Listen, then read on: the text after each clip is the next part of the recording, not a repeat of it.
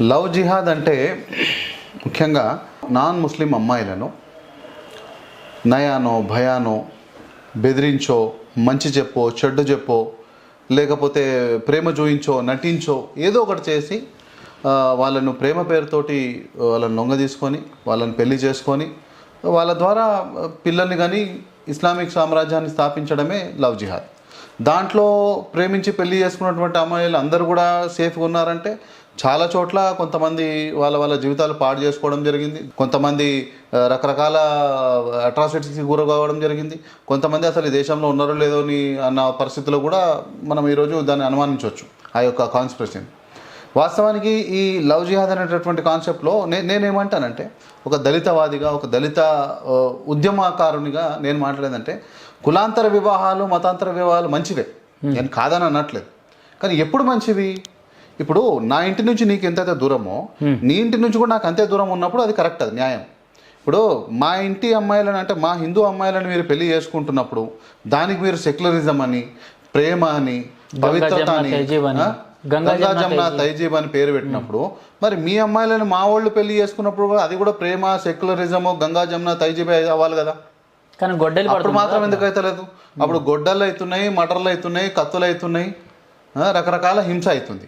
మరి దీన్ని ఏం భావించాలి అంటే ఇది ఖచ్చితంగా ఇది కుట్రా కోణం ఉంది అని చెప్పడానికి ఇది బెస్ట్ ఉదాహరణ. దీన్ని అర్థం చేసుకొని దీన్ని జాగృతం చేయాల్సిన బాధ్యత ఎవరిదంటే మనది.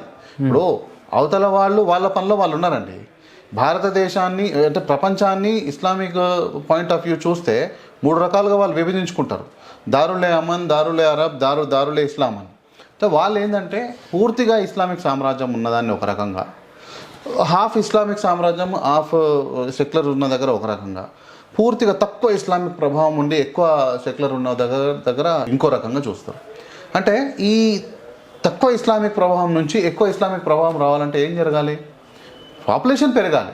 పాపులేషన్ పెరగాలంటే ఈ లవ్ జిహాద్ అనేది ఎంత డేంజర్ అంటే అక్కడ పాపులేషన్ పెరగడానికి ఈ ఇంటి నుంచి ఒక అమ్మాయి వెళ్తూనే అట్ ది సేమ్ టైం ఈ ఇంట్లో ఒక అమ్మాయి కూడా తగ్గిపోతుంది. అవును. అంటే అక్కడ ఎంత లాభం అయితే జరుగుతుందో దానికి డబల్ నష్టం నీకు జరుగుతుంది. సో దీని గురించి అవగాహన చేసుకోవాల్సింది, దీని గురించి చెప్పాల్సింది, దీనికి పోరాల్సిన బాధ్యత ఎవరిది? మనదే, హిందువులదే. లేకపోతే పోనీ నా ఫ్రెండే నా నష్టపోయేది నువ్వేం కాదు. నువ్వు ఇప్పుడు ఏదో ఛత్రపతి శివాజీ లాంటి మహానుభావుల కారణం చేత అప్పుడు దేశ విభజన జరిగిన పరిస్థితులు, అంబేద్కర్ గారు అప్పుడు ఆ దేశ విభజనలో అంబేద్కర్ గారు కూడా దేశ విభజనను సమర్థించిన వ్యక్తి, మీకు తెలుసో తెలియదు. దాని తర్వాత సమర్థించడానికి కారణాలు చాలా వేరే ఉన్నాయి. మళ్ళీ సమర్థించారంటే పాకిస్తాన్ సమర్థించారు అన్నట్టు కాదు. ప్రతి ఒక్క భారతదేశంలో ఉన్నటువంటి ప్రతి ఒక్క ముస్లిము, పాకిస్తాన్లో ఉన్న ప్రతి హిందువు జనాభా మార్పిడి జరగాల. జరిగి ఇది హిందూ దేశంగా అది ఇస్లామిక్ దేశంగా అవతరించినప్పుడే ఇది కరెక్ట్ ప్రొసీజర్ అవ్వాలి.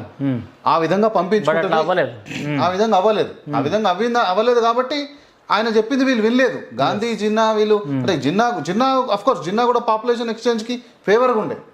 Gandhiji was not favour, Nehru was not favour. వాళ్ళు అందుకే ఈ ఇష్యూస్లో చాలా కాన్ఫ్లిక్ట్స్ ఉండి వచ్చాయి కదా. గాడ్సే చంపడానికి కారణం జరిగింది, అది సపరేట్ యాంగిల్ అది. సో నేనేమంటున్నానంటే ఈ యొక్క దేశంలో ఉన్నటువంటి ముస్లిం పాపులేషన్ పెరగడానికి కానీ హిందూ పాపులేషన్ తగ్గిపోవడానికి కానీ ప్రధానమైనటువంటి అస్త్రం ఏమిటి అంటే లవ్ జిహాద్. అసదుద్దీన్ ఓవైసీ ఒక అద్భుతమైన మాట అంటాడండి. వాస్తవానికి ఆ మాటకు మెచ్చుకోవచ్చు.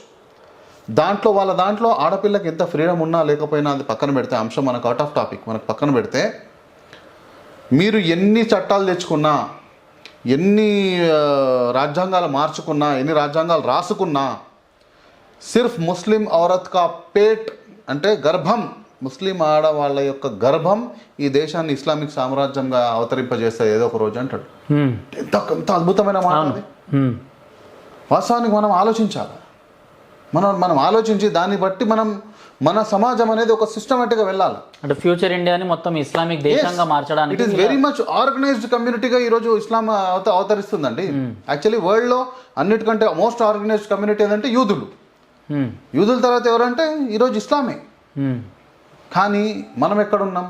1000 ఏళ్ల బానిసత్వం వహించిన తర్వాత కూడా ఇంకా సిగ్గు రాకపోతే మనకు ఇంకెప్పుడు మరి ఆడపిల్లల్ని కాపాడుకునేది ఎప్పుడు? మన సమాజాన్ని సంస్కృతిని కాపాడుకునేది ఎప్పుడు? ఈ అంటరానితనము అసమానతలను తన్ని తరిమేసేది ఎప్పుడు?